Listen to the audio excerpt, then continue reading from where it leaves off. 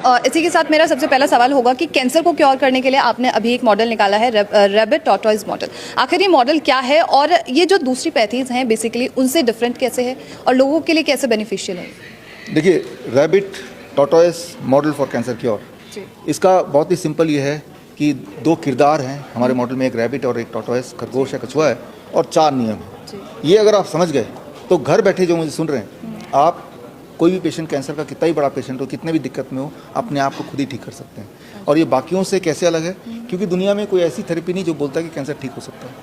Chemotherapy से, radiation से बोलता है मेंटेन कर रहे हैं, दरअसल मेंटेन भी नहीं कर रहा, पेशेंट बिगड़ता जा रहा है। यहाँ ठीक हो सकता है, वो सारे एविडेंस बेस्ड है। ये अलग है क्योंकि एविडेंस बेस्ड है, ये अलग है क्योंकि ये घर पे करना है, और ये अलग है क्योंकि ये करना बड़ा आसान है और ये प्रूवन है। तो ये चीज़ काम कैसे करती है? हमारी बॉडी में चीज़ें कैसे काम करेंगी? ये समझने के लिए आपको 2 मिनट चाहिए। जी। इमेजिन कीजिए आपका बॉडी का ऑर्गन है, चाहे ब्रेस्ट है, चाहे प्रोस्टेट है, चाहे लंग है, चाहे किडनी है, तो या थायराइड ग्लैंड है, और हम सबके बॉडी में कछुए की तरह कुछ कैंसर सेल ऐसे रहते हैं जो कछुए की तरह शांति से बैठे हैं, थोड़ा बहुत हिल डुल रहे हैं, लेकिन जंप करके किसी और ऑर्गन में नहीं जाएंगे, ना ही आपको काटेंगे, ना ही आपको तंग करेंगे। इसे कहते हैं indolent cancer cell, pseudo cancer cell, occult cancer cell, या dormant cancer cell, pre cancer cell. मतलब ये कि ये बॉडी में तो हैं लेकिन they will not damage you. हम में से 100% लोग, खासतौर पे वो लोग जिनकी उम्र 40 साल से ऊपर है, सबके बॉडी में ये पाया जाता है डिटेक्टेबल अमाउंट में। इस वक्त अगर मेरा कोई थायराइड टेस्ट करेगा, बायोप्सी करेगा, तो कैंसर सेल निकल आएगा अच्छा खासा, प्रोस्टेट टेस्ट करेगा तो भी निकल आएगा अच्छा खासा। तो ये पहला नियम।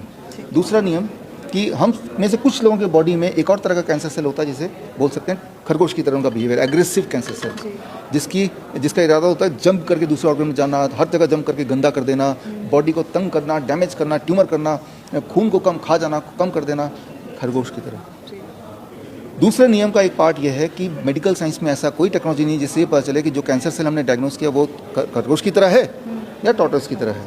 ये नहीं है। बायोप्सी से भी बोलता है कि ये तो कैंसर सेल है, बट विच वन, उसका बिहेवियर क्या लाइफ लॉन्ग कैसा रहेगा, it can not, PET scan it can not से। ये दूसरा नियम। तीसरा नियम कि अगर कोई इंसान जिसके बॉडी में टॉर्टॉइज वाला कैंसर सेल है, जो कि सभी के बॉडी में, तो अगर इस इंसान को कीमोथेरेपी करा दिया जाए, रेडिएशन करा दिया जाए या सर्जरी करा दिया जाए, तो उससे टॉर्टॉइज खरगोश वाला जो चुपचाप बैठने वाला कैंसर सेल अक्सर कन्वर्ट हो जाता है into rabbit cancer cell, aggressive. ये तीसरा नियम।